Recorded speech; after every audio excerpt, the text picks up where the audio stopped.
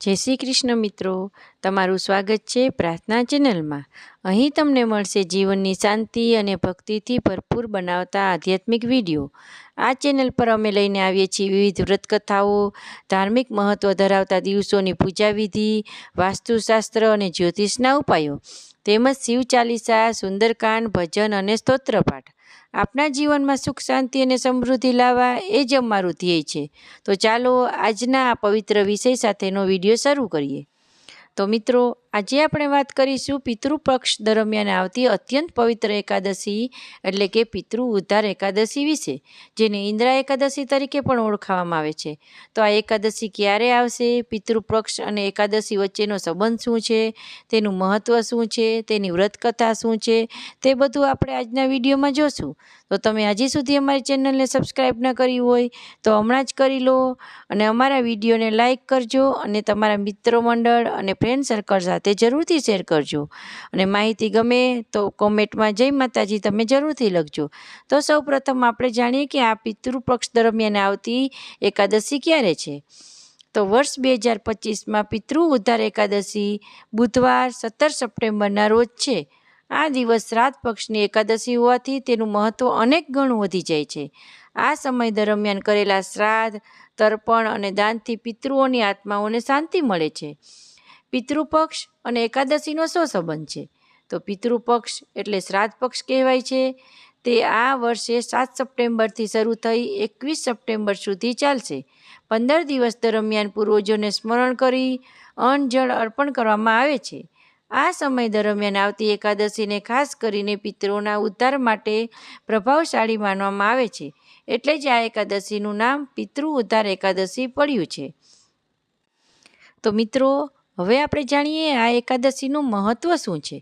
આ એકાદશીનું પાલન કરવાથી પિતૃઓને આત્માને શાંતિ મળે છે, પિતૃદોષનો પ્રભાવ ઓછો થાય છે, પરિવારના સુખ સમૃદ્ધિનો વધારો થાય છે। માન્યતા છે કે આ વ્રત કરનારને ભગવાન વિષ્ણુની કૃપા સાથે પૂર્વજોના આશીર્વાદ પણ પ્રાપ્ત થાય છે। તો હવે આપણે આ વ્રતની કથા જાણીએ। પૌરાણિક કથાઓ મુજબ સત્યવ્રત નામનો રાજા હતા।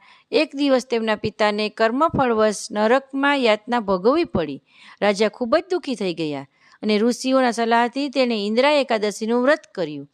તે વ્રતના પુણ્ય ફળથી તેમના પિતાને નરકમાંથી મુક્ત મળી અને સ્વર્ગમાં સ્થાન આપ્યું। એટલા માટે જ આ એકાદશીનું નામ પિતૃ ઉદ્ધાર એકાદશી પડ્યું, કારણ કે તે પિતૃઓના ઉદ્ધાર આપનારી છે।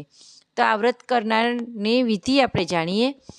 સવારમાં વહેલી ઉઠી સ્નાન કરી શુદ્ધ વસ્ત્ર ધારણ કરો, ઘરના મંદિરમાં ભગવાન વિષ્ણુની પૂજા કરો, તુલસી પાન, ધૂપ, દીવો, ફૂલો અને ફળ અર્પણ કરો, પિતૃ તર્પણ કરો।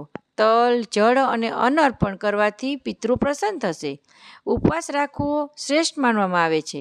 આખો દિવસ ફક્ત જળ, ફળ કે ફળાહાર લેવું। સાંજના સમયે વિષ્ણુ ભગવાનના નામનો જાપ કરવો, ગરીબોને અને બ્રાહ્મણોને દાન કરવું। ખાસ કરીને અન્ન અને વસ્ત્રનું દાન વિશેષ મહત્ત્વ આપવામાં આવે છે। બીજા દિવસે સવારે પારણું કરવું।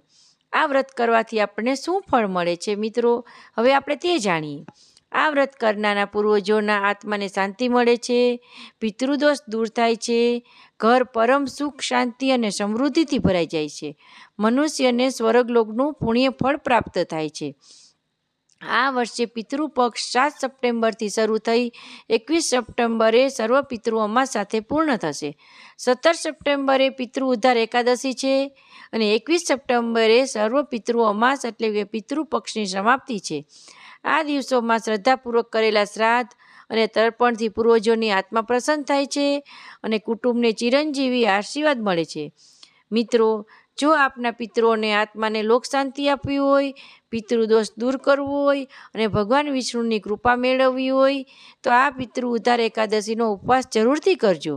આ ઉપવાસથી પિતૃઓ અને આત્માઓને શાંતિ પામશે અને આપના જીવનમાં સુખ, શાંતિ અને સમૃદ્ધિ વધશે। મિત્રો, તો આ વિડીયો તમને કેવો લાગ્યો તે અમને જરૂરથી કોમેન્ટમાં લખજો। જો તમને વિડીયો ગમ્યો હોય તો લાઈક અને શેર કરવાનું ભૂલશો નહીં। અમારી ચેનલ પ્રાર્થના પર આવી જ રીતે વ્રત કથા, જ્યોતિષ, વાસ્તુશાસ્ત્ર, ભજન અને અનેક ધાર્મિક વિષયો તો મળતા જ રહેશે। તો તરત જ સબસ્ક્રાઈબ કરો અને બેલ આઇકન દબાવો, જેથી દરેક નવો વિડીયો સૌથી પહેલાં તમને મળી રહે। ભગવાનની કૃપા હંમેશા આપ પર રહે તેવી શુભકામનાઓ સાથે ફરી મળીએ આવતીકાલે એક નવા પવિત્ર વિષય સાથે. જય શ્રી કૃષ્ણ, જય માતાજી.